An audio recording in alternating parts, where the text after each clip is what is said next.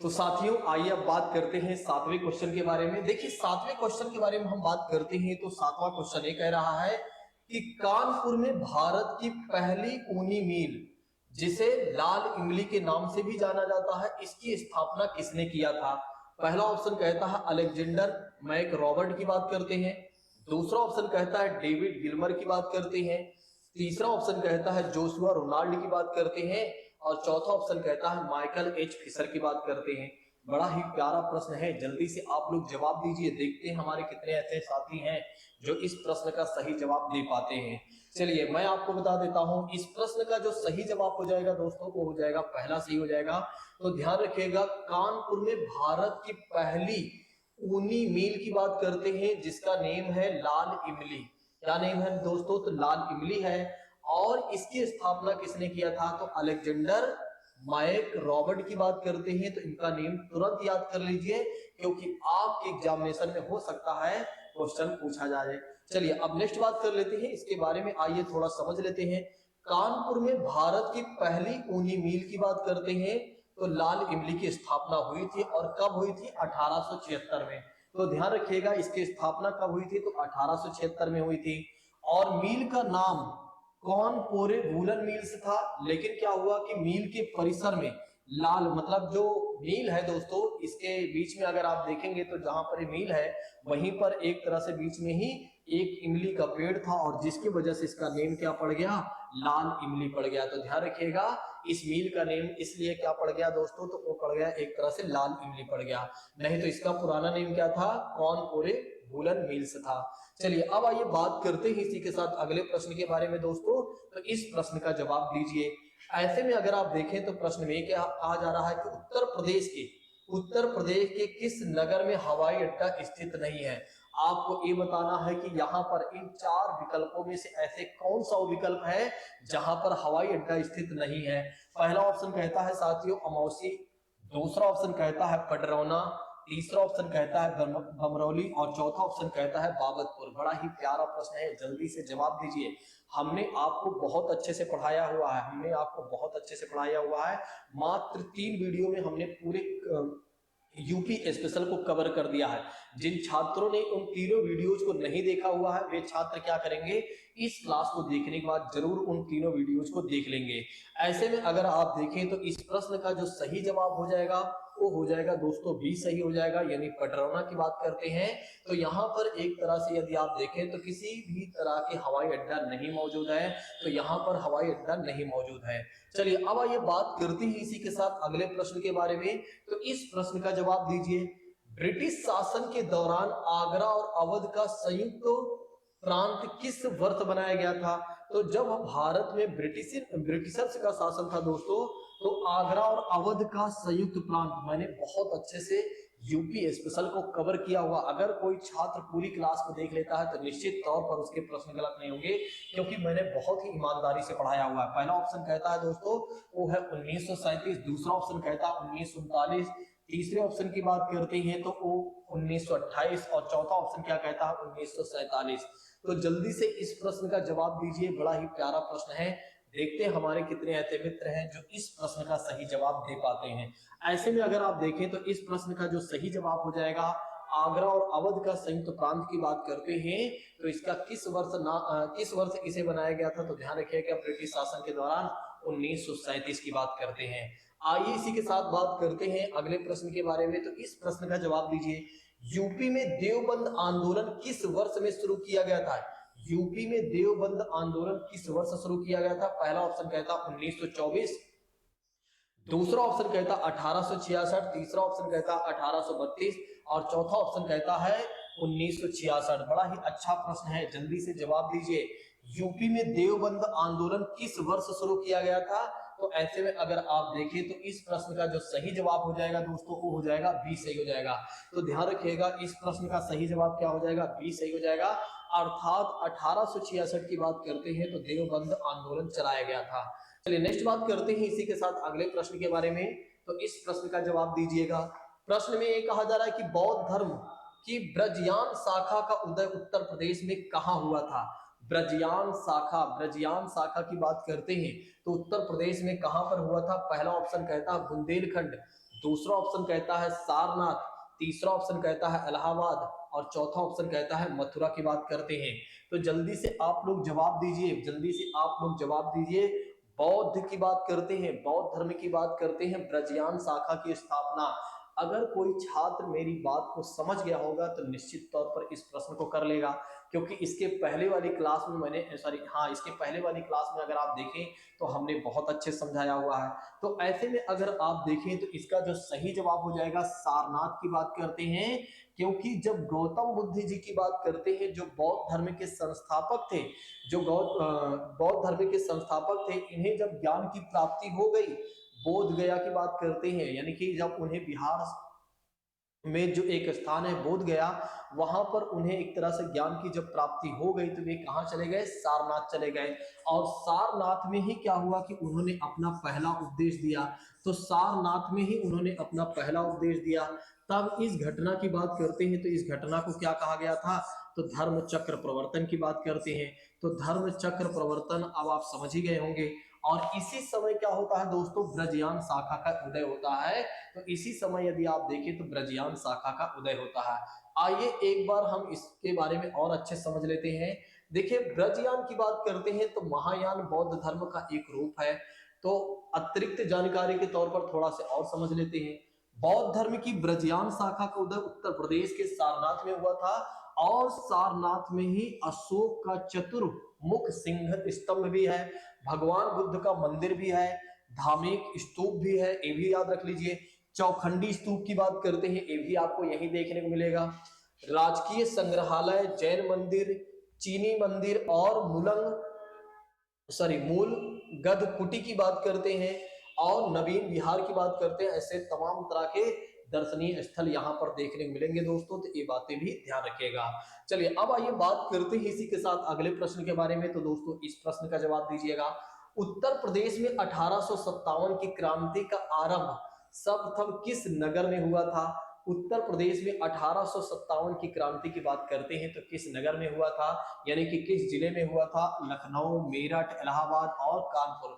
बड़ा ही प्यारा प्रश्न है, जल्दी से आप लोग जवाब दीजिए। और किस डेट को हुआ था ये भी अगर आप बता सके तो जल्दी से आप बता दीजिए।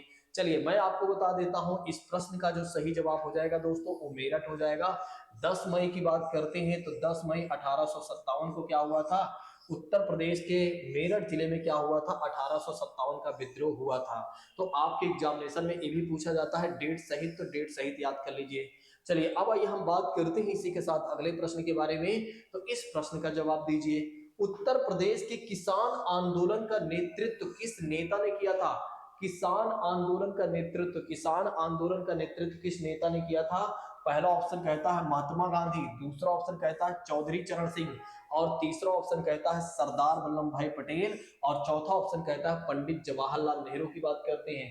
पंडित जवाहरलाल नेहरू की बात करते हैं तो जल्दी से जवाब दीजिए। बहुत सारे छात्र जो पूर्वाग्रह से ग्रसित होंगे वे इस प्रश्न का जवाब नहीं दे पाएंगे, ठीक है। जो एक तरह से थोड़ा सा दिमाग लगाएंगे निश्चित तौर पर इस प्रश्न का जवाब दे ले पाएंगे।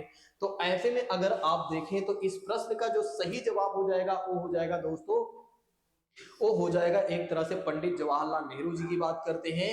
यही भारत के पहले प्रधानमंत्री बने थे।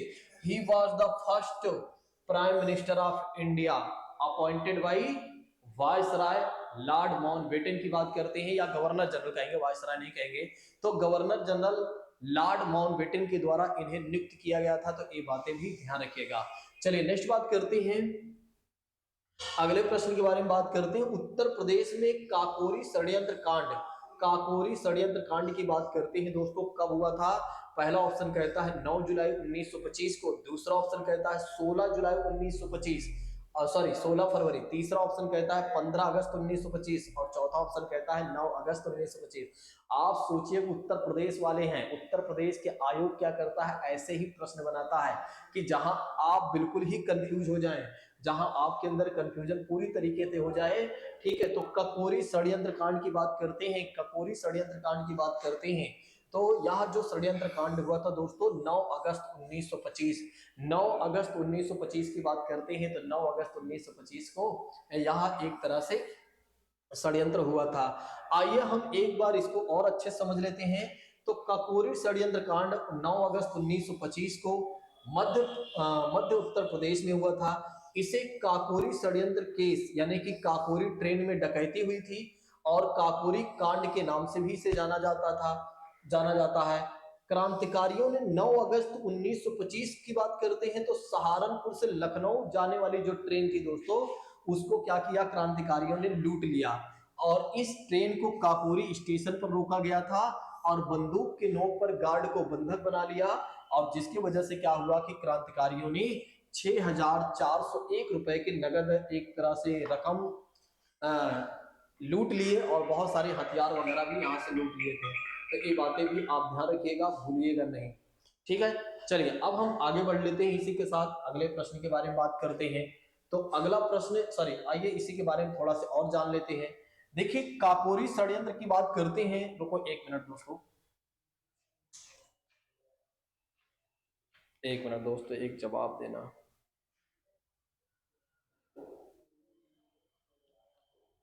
एक मिनट एक थोड़ा सा कॉल आ रही है।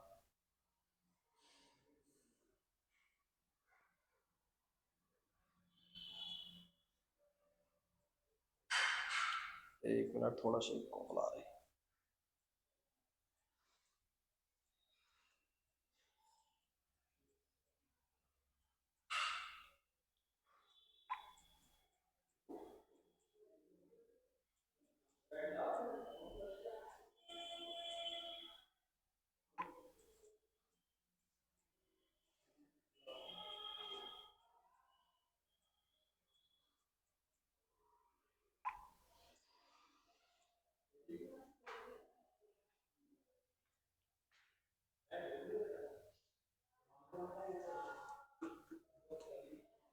चलिए अब हम आगे बढ़ लेते हैं। काकोरी षड्यंत्र की बात करते हैं तो इसका जो मकसद रहा, ब्रिटिश प्रशासन के बल के जरिए पैसा लेकर आरएचए के लिए धन हासिल करना था।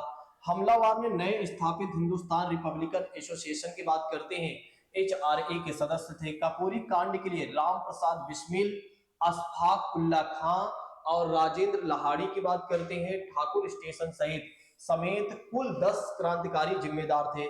राम प्रसाद बिस्मिल का जो जन्म हुआ था दोस्तों 11 जून 1897 को शाहजहांपुर में हुआ था। काकोरी कांड का अंतिम फैसला क्या हुआ, काकोरी कांड का अंतिम फैसला कब सुनाया गया, तो और जुलाई 1927 को सुनाया गया। चलिए अब आइए बात करते हैं इसी के साथ अगले प्रश्न के बारे में। तो अगला प्रश्न क्या कह रहा है, तो उत्तर प्रदेश में चंदावर का प्रसिद्ध युद्ध कब हुआ था? उत्तर प्रदेश में चंदावर का प्रसिद्ध युद्ध कब हुआ था? पहला ऑप्शन कहता है 1194, दूसरा ऑप्शन कहता है 1206, तीसरा ऑप्शन कहता है 1188 और चौथा ऑप्शन कहता है 1199। जल्दी से दोस्तों इस प्रश्न का जवाब दीजिए, जल्दी से दोस्तों इस प्रश्न का जवाब दीजिए। देखते हैं कि कौन हमारे साथी हैं जो इस प्रश्न, नंबर पर मत जाइए, बस क्वेश्चन करते चलिए। देखिए इस प्रश्न का जो सही जवाब हो जाएगा दोस्तों वो हो जाएगा, पहला सही हो जाएगा। चंदावर के युद्ध की बात करते हैं तो चंदावर के युद्ध में क्या हुआ था, मोहम्मद गोरी की बात करते हैं। आप तो जानते हैं मोहम्मद गोरी के बारे में, जिसने भारत पर जो आक्रमण किया था मुस्लिम सत्ता की स्थापना के लिए किया था। इसने क्या किया था, तराइन का 2 युद्ध लड़ा था।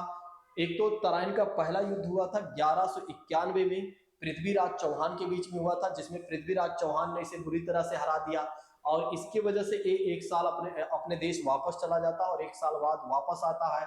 तो 1192 में क्या होता है, तराइन का दूसरा युद्ध होता है। जब तराइन का दूसरा युद्ध होता है तो मोहम्मद गोरी क्या करता है, एक तरह से पृथ्वीराज चौहान को हरा देता है।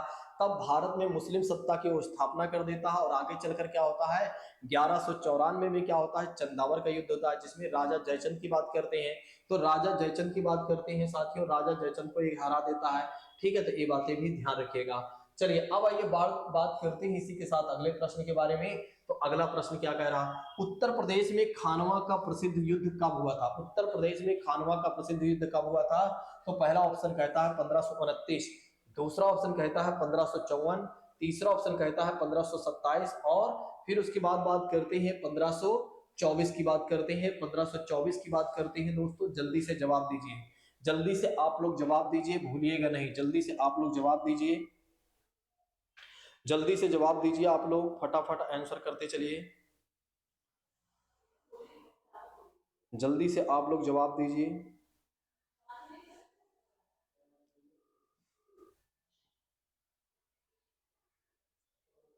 जल्दी से आप लोग जवाब दीजिए दोस्तों, जल्दी से आप लोग जवाब दीजिए। देखिए हमारे कितने ऐसे मित्र हैं जो इस प्रश्न का सही जवाब दे पाते हैं, जो इस प्रश्न का सही जवाब दे पाते हैं। देखिए इस प्रश्न का सही जवाब क्या हो जाएगा, सी सही हो जाएगा। 1527 की बात करते हैं तो खानवा का प्रसिद्ध युद्ध हुआ था।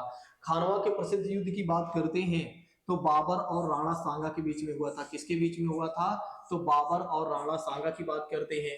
तो बाबर और राणा सांगा के बीच में यह युद्ध हुआ था, जिसमें क्या हुआ था दोस्तों, जिसमें क्या हुआ था कि बाबर ने क्या किया था, राणा सांगा को हरा दिया था। तो ध्यान रखिएगा खानवा के युद्ध में क्या हुआ था, राणा सांगा हार गए थे। अच्छा, इसके पहले 1527 के पहले भी क्या कोई युद्ध हुआ था क्या बाबर का, तो बिल्कुल युद्ध हुआ था। वो हुआ था पानीपत का पहला युद्ध 21 अप्रैल 1526। तो 21 अप्रैल 1526 को क्या हुआ था, 21 अप्रैल 1526 की बात करते हैं, 21 अप्रैल 1526 की बात करते हैं तो यह युद्ध हुआ था दोस्तों 21 अप्रैल 1526 को पानीपत का पहला युद्ध हुआ था। किसके बीच में हुआ था, बाबर और इब्राहिम लोदी। लोदी वंश का अंतिम संस्थापक, लोदी वंश का अंतिम संस्थापक था इब्राहिम लोदी, सॉरी लोदी वंश का अंतिम शासक की बात करते हैं, इब्राहिम लोदी की बात करते हैं। तो इसके बीच में हुआ था जिसमें इब्राहिम लोदी हार जाता है और बाबर जीत जाता है। और आगे चलकर क्या होता है, बाबर एक तरह से 1527 में खानवा का युद्ध करता है। तो ये बातें भी ध्यान रखिएगा। आइए हम इसमें और भी चीजें समझ लेते हैं, क्या और खास बातें हैं। तो ये देख सकते हैं कि बाबर के द्वारा लड़े गए युद्ध को देख लेते हैं कि कौन कौन से युद्ध बाबर ने लड़ा हुआ था। एक तो 21 अप्रैल 1526 आप तो समझ गए हैं, पानीपत का पहला युद्ध हुआ था, बाबर जीता। खानवा का युद्ध की बात करते हैं, राणा सांगा और बाबर के बीच में होता है, जिसमें राणा सांगा हार जाते हैं और बाबर विजयी हो जाता है। फिर चंदेरी का युद्ध की बात करते हैं तो 29 मार्च की बात करते हैं, 29 मार्च 1528 की बात करते हैं तो मेदिनी राय और बाबर के बीच में हुआ था, जिसमें बाबर की जीत हुई। जिसमें किसकी जीत हुई थी, तो बाबर की जीत हुई थी दोस्तों। ये बातें भी ध्यान रखिएगा, किसकी जीत हुई थी, बाबर की जीत हुई थी। चलिए आगे बढ़ लेते हैं इसी के साथ। उत्तर प्रदेश में किस मौसम में सरसों की उपज की जाती है, उत्तर प्रदेश में किस मौसम में सरसों की उपज की जाती है, खरीफ, जायद, रबी और ये सभी। जल्दी से आप लोग आंसर दीजिए, उत्तर प्रदेश में किस मौसम में सरसों की उपज की जाती है, तो जल्दी से आप लोग जवाब दीजिए, जल्दी से आप लोग जवाब दीजिए दोस्तों। तो फटाफट आंसर करते चलिए। तो ऐसे में अगर आप देखें तो इसका जो सही जवाब हो जाएगा दोस्तों, हो जाएगा रबी। तो रबी की फसल की बात करते हैं, जो कि सरसों की बात करते हैं। रबी की जब फसल होती है तो उस समय सरसों की उपज होती है। चलिए नेक्स्ट बात करते हैं, तंबाकू की कृषि उत्तर प्रदेश में किस कार्य के लिए किया जाता है, निर्यात के लिए, सिरा उत्पादन के लिए और खाने और हुक्का बनाने के लिए और ये सभी। बताइए आप लोग, हुक्का बात जल्दी से आप लोग बताइए कि तंबाकू की कृषि उत्तर प्रदेश में किस कार्य के लिए की जाती है। तंबाकू की बात करते हैं तो एक किस कार्य के लिए की जाती है, तो वो दोस्तों की जाती है खाने और हुक्का के लिए। खाने और हुक्का की बात करते हैं तो खाने और हुक्का की बात करते हैं तो इसके लिए की जाती है दोस्तों, ध्यान रखिएगा, भूलिएगा नहीं। चलिए नेक्स्ट बात करते हैं इसी के साथ अगले प्रश्न के बारे में। तो इस प्रश्न का जवाब दीजिए, भारत में गन्ना उत्पादन की दृष्टि से उत्तर प्रदेश का कौन सा स्थान है। भारत में गन्ना उत्पादन की दृष्टि से उत्तर प्रदेश का कौन सा स्थान है, पहला, चतुर्थ, तृतीय और द्वितीय की बात करते हैं तो जल्दी से आप लोग जवाब दीजिए। तो जल्दी से दोस्तों इस प्रश्न का जवाब दीजिए कि भारत में गन्ना उत्पादन की दृष्टि से उत्तर प्रदेश का कौन सा स्थान है। तो गन्ना उत्पादन की बात करते हैं तो उत्तर प्रदेश का पहला स्थान है, उत्तर प्रदेश का पहला स्थान है। चलिए नेक्स्ट बात करते हैं, अगले प्रश्न के बारे में बात करते हैं। उत्तर प्रदेश में सर्वाधिक सिंचाई निम्नलिखित में से किस साधन द्वारा की जाती है। उत्तर प्रदेश में सर्वाधिक सिंचाई निम्नलिखित में से किस साधन द्वारा की जाती है। पहला ऑप्शन कहता है नहर, दूसरा ऑप्शन कहता है तालाब, तीसरा ऑप्शन कहता है अन्य स्रोत, चौथा ऑप्शन कहता है नलकूप द्वारा। जल्दी से आप लोग जवाब दीजिए, जल्दी से आप लोग जवाब दीजिए। देखिए आप तो जानते हैं अगर उत्तर प्रदेश की बात हो तो यहाँ टेबल की बात करते हैं, यानी नलकूप की बात करते हैं, ठीक है, या कुएं और नलकूप की बात करते हैं, काफी ज्यादा सिंचाई होती है। चलिए अगले प्रश्न के बारे में बात कर लेते हैं। तो उत्तर प्रदेश में गोकुल बैराज का निर्माण कब प्रारंभ किया गया था। दिसंबर 1990, जनवरी 1992 और अक्टूबर 1990 और सितंबर 1991। जल्दी से जवाब दीजिए, जल्दी से आप लोग जवाब दीजिए कि सही जवाब क्या हो जाएगा। जल्दी से आप लोग जवाब दीजिए कि उत्तर प्रदेश में गोकुल बैराज का निर्माण कब प्रारंभ हुआ था। तो जल्दी से आप लोग जवाब दीजिए। चलिए इसके आंसर के बारे में बात कर लेते हैं। तो इसका सही जवाब हो जाएगा दोस्तों, हो जाएगा पहला सही हो जाएगा, दिसंबर 1990 की बात करते हैं तो उत्तर प्रदेश में गोकुल बैराज का निर्माण जो किया गया था दिसंबर 1990 में किया गया था। उत्तर प्रदेश की सबसे लंबी नहर कौन सी है? उत्तर प्रदेश की सबसे लंबी नहर कौन सी है? तो जल्दी से जवाब दीजिए। ऊपरी गंगा नहर की बात करते हैं, शारदा नहर, आगरा नहर और निचली गंगा नहर की बात करते हैं। तो जवाब दीजिए कि सही जवाब क्या हो जाएगा। जल्दी से आप लोग जवाब दीजिए कि सही जवाब क्या हो जाएगा। उत्तर प्रदेश की सबसे लंबी नहर कौन सी है? तो आप तो जान ही गए होंगे कि सही जवाब हो जाएगा दोस्तों शारदा नहर की बात करते हैं तो उत्तर प्रदेश की सबसे लंबी नहर है। तो उत्तर प्रदेश की सबसे लंबी नहर कौन सी है दोस्तों? तो वो है शारदा नहर है। चलिए अब आइए बात करते हैं इसी के साथ अगले प्रश्न के बारे में, जवाब देने का प्रयास कीजिएगा। उत्तर प्रदेश में रानी लक्ष्मीबाई बांध परियोजना किस नदी पर है? रानी लक्ष्मीबाई बांध परियोजना, रानी लक्ष्मीबाई बांध परियोजना किस नदी पर है दोस्तों? रामगंगा, भागीरथी, बेतवा और घग्गर की बात करते हैं। रामगंगा, भागीरथी, बेतवा और घग्गर की बात करते हैं साथियों। जल्दी से जवाब दीजिए, जल्दी से जवाब दीजिए। तो ऐसे में अगर आप देखें तो इस प्रश्न का सही जवाब क्या हो जाएगा? फटाफट आंसर दीजिए। मैं आपको बता देता हूं, इसका सही जवाब हो जाएगा बेतवा की बात करते हैं। तो बेतवा नदी की बात करते हैं तो इस पर रानी लक्ष्मीबाई बांध परियोजना बनाया गया है दोस्तों। एक बांध परियोजना की बात करते हैं जिसे मल्टीपर्पज प्रोजेक्ट कहा जाता है, जिसको नेहरू जी ने क्या कहा था? आधुनिक भारत की मंदिर कहा था। तो भारत के पहले प्रधानमंत्री पंडित जवाहरलाल नेहरू जी ने क्या कहा था?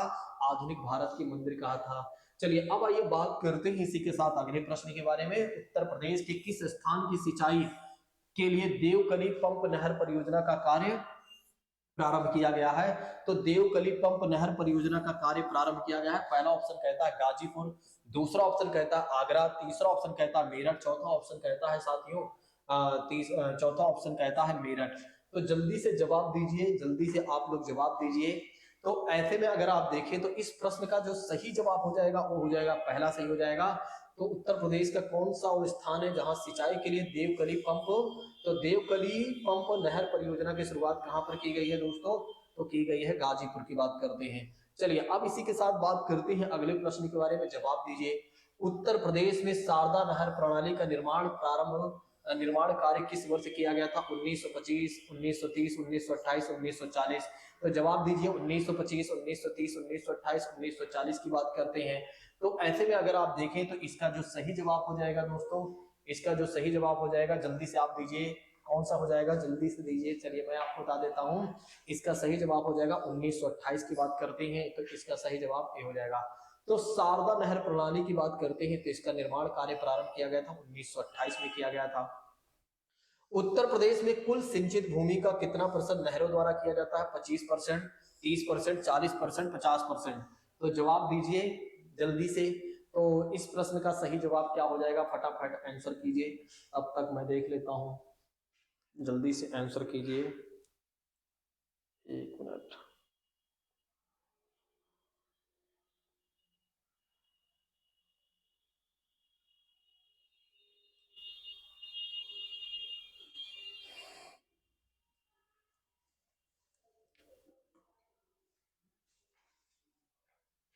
चलिए बात करते हैं, इसका सही जवाब हो जाएगा दोस्तों 30% की बात करते हैं, 30% की बात करते हैं तो इसका सही जवाब हो जाएगा 30%।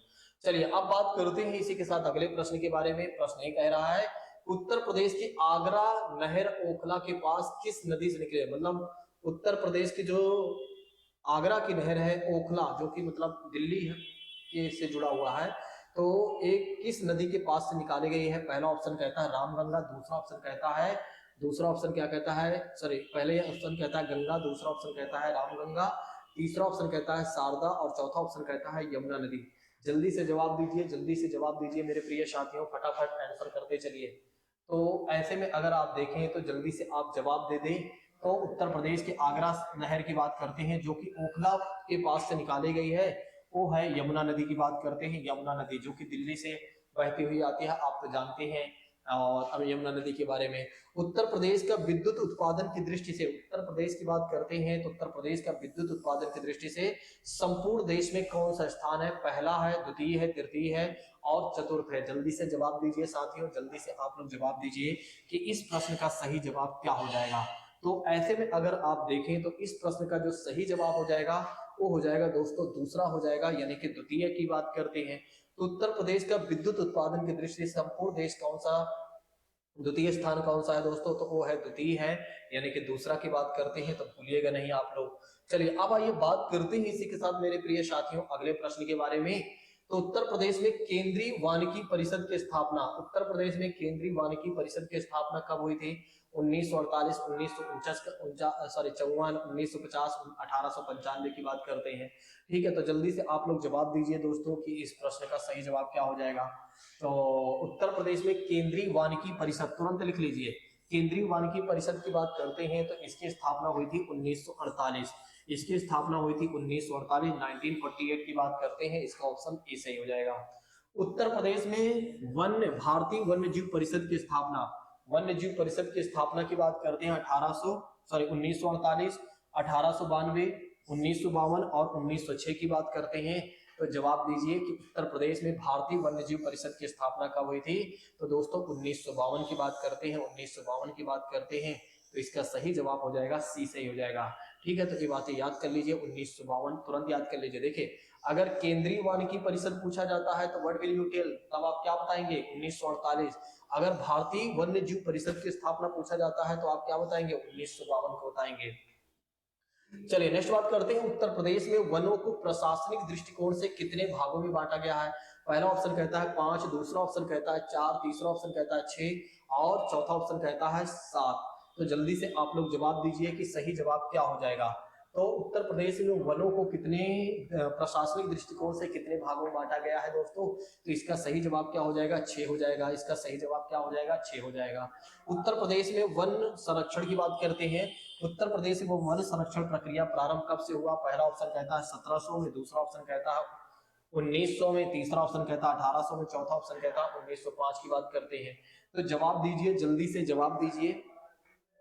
तो इसका जो सही जवाब हो जाएगा दोस्तों 1800 में हो जाएगा। 1800 की बात करते हैं, 1800 की बात करते हैं, तो 1800 की बात करते हैं, ये सही हो जाएगा। चलिए आगे बढ़ लेते हैं। नेक्स्ट बात करते हैं कत्था किस वृक्ष से बनाया जाता है?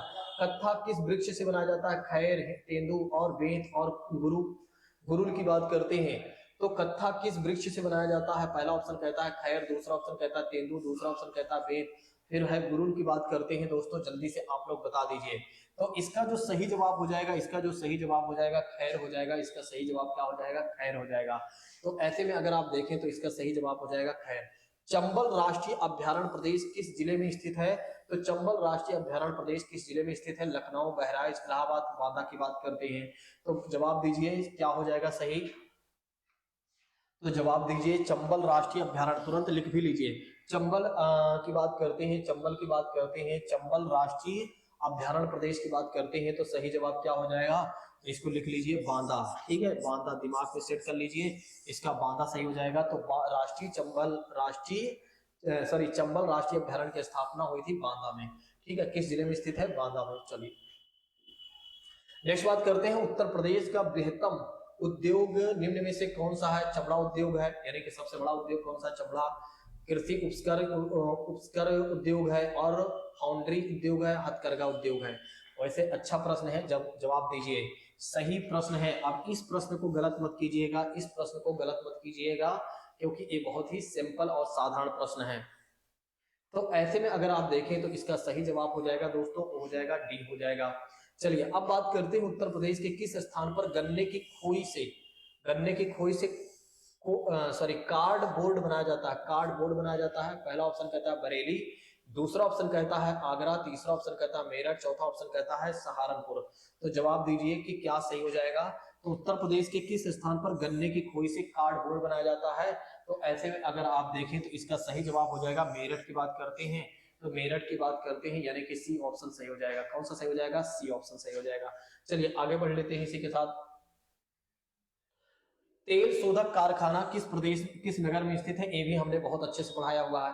तेल शोधक कारखाना की बात करते हैं तो तेल शोधक कारखाना किस नगर में स्थित है? तो पहला ऑप्शन कहता है मथुरा, दूसरा ऑप्शन कहता है बहजोई, तीसरा ऑप्शन कहता है फिरोजाबाद, चौथा ऑप्शन कहता है शासनी की बात करते हैं। तो दोस्तों जल्दी से आप लोग जवाब दीजिए कि सही जवाब क्या हो जाएगा। तो आंसर फटाफट दीजिए। चलिए मैं आपको बता देता हूँ, इसका सही जवाब हो जाएगा मथुरा हो जाएगा। बहुत सारे छात्रों ने जवाब दिया भी है। तेल शोधक कारखाना कहाँ पर स्थित है दोस्तों? तो वो है मथुरा में है। नेक्स्ट बात करते हैं, उत्तर प्रदेश का कौन सा नगर ताला उद्योग के लिए जाना जाता है? पहला ऑप्शन कहता है आगरा, दूसरा ऑप्शन कहता है गाजियाबाद, तीसरा ऑप्शन कहता है अलीगढ़, चौथा ऑप्शन कहता है मिर्जापुर। भला कौन नहीं जानता इस प्रश्न का जवाब? हर एक छात्र इस प्रश्न का जवाब जानते हैं। तो ऐसे में अगर आप देखें तो इस प्रश्न का जो सही जवाब हो जाएगा अलीगढ़ की बात करते हैं तो अलीगढ़ बिल्कुल राइट है। बहुत सारे छात्रों ने इस प्रश्न का जवाब देने का प्रयास किया हुआ है। चलिए आइए अब बात कर लेते हैं इसी के साथ लास्ट प्रश्न के बारे में। ये है हमारे दो लास्ट प्रश्न, बस इतना ही रहने देते हैं। उत्तर प्रदेश का कौन सा नगर श्री राम की जन्मस्थली मानी जाती है? भला कौन नहीं जानता है कि श्री राम का जन्म कहाँ पर हुआ था? अयोध्या, वाराणसी, मथुरा, आगरा की बात करते हैं, जानते हैं आप अयोध्या। प्रसिद्ध आनंद भवन प्रदेश किस नगर में स्थित है? पहला ऑप्शन कहता है मेरठ, दूसरा ऑप्शन कहता है आगरा, तीसरा इलाहाबाद, फिर लखनऊ की बात करते हैं। देखिए हमने आपको यूपी स्पेशल को बहुत अच्छे से पढ़ा दिया है, मात्र 3 वीडियो में हमने पूरे सिलेबस को कवर कर दिया है। यदि आप वाकई में चाह रहे हैं कि यूपी स्पेशल से आपका एक भी प्रश्न गलत ना हो तो आप क्या करिए कि हमारे उन तीनों वीडियोस को जरूर देख डालिए। ये मान के चलिए आपके एक भी प्रश्न गलत नहीं होंगे वाकई में, क्योंकि मैंने बहुत ईमानदारी से पढ़ाया हुआ है और बहुत अच्छे से जो चीजें याद करवाने वाली हैं उनको हमने याद भी करवाया हुआ। अगर अब भी आप गलत करते हैं या आप नहीं पढ़कर जाते हैं तो गलती आपकी है भाई, आपका एग्जाम है, जिंदगी आपकी है, चूज करना आपका काम है। तो आइए हम बात करते हैं इस प्रश्न के सही जवाब के बारे में। तो इस प्रश्न का सही जवाब हो जाएगा आनंद भवन की बात करते हैं दोस्तों तो इलाहाबाद हो जाएगा। तो इलाहाबाद या प्रयागराज बात एक ही है। तो दोस्तों जैसा कि बात करते हैं आज हमने काफी प्रश्न आपको करवा दिए हैं, 3 वीडियो हमने क्रिएट करके दे दिया। अब इसकी एक करंट अफेयर्स की मैं दे रहा हूं और साथ ही साथ एमसीक्यू वाली भी दे रहा हूं। अब मान के चलिए आपकी कोई भी प्रश्न गलत नहीं हो सकता है यूपी स्पेशल से, अगर आप लोगों ने चारों वीडियोज को देख लिया तो। 3 सिलेबस वाली, एक करंट अफेयर्स वाली और एक एमसीक्यू वाली। ध्यान रखिएगा 3 आपकी है कौन सी? 3 आपकी है यूपी स्पेशल की कॉम्प्रिहेंसिव वीडियो, अलग अलग है 3 पार्ट में, और एक आपकी एमसीक्यू वाली हो गई। ठीक है, एक क्या 2 बन गई है क्योंकि बीच में एक कट गई थी, देख लेता हूँ अगर जुड़ जाएगी तो कोई बात नहीं। और फिर उसके बाद बात कर लेते हैं एक करंट अफेयर्स के ही यूपी स्पेशल के, फिर उसके बाद आपके प्रश्न गलत नहीं होंगे आपके एग्जाम में यूपी स्पेशल से। आज की क्लास को अब यहीं पर हम स्थगित करते हैं, हम मिलते हैं अपने अगली क्लास में। थैंक यू सो मच, जय हिंद दोस्तों, टेक केयर ऑफ।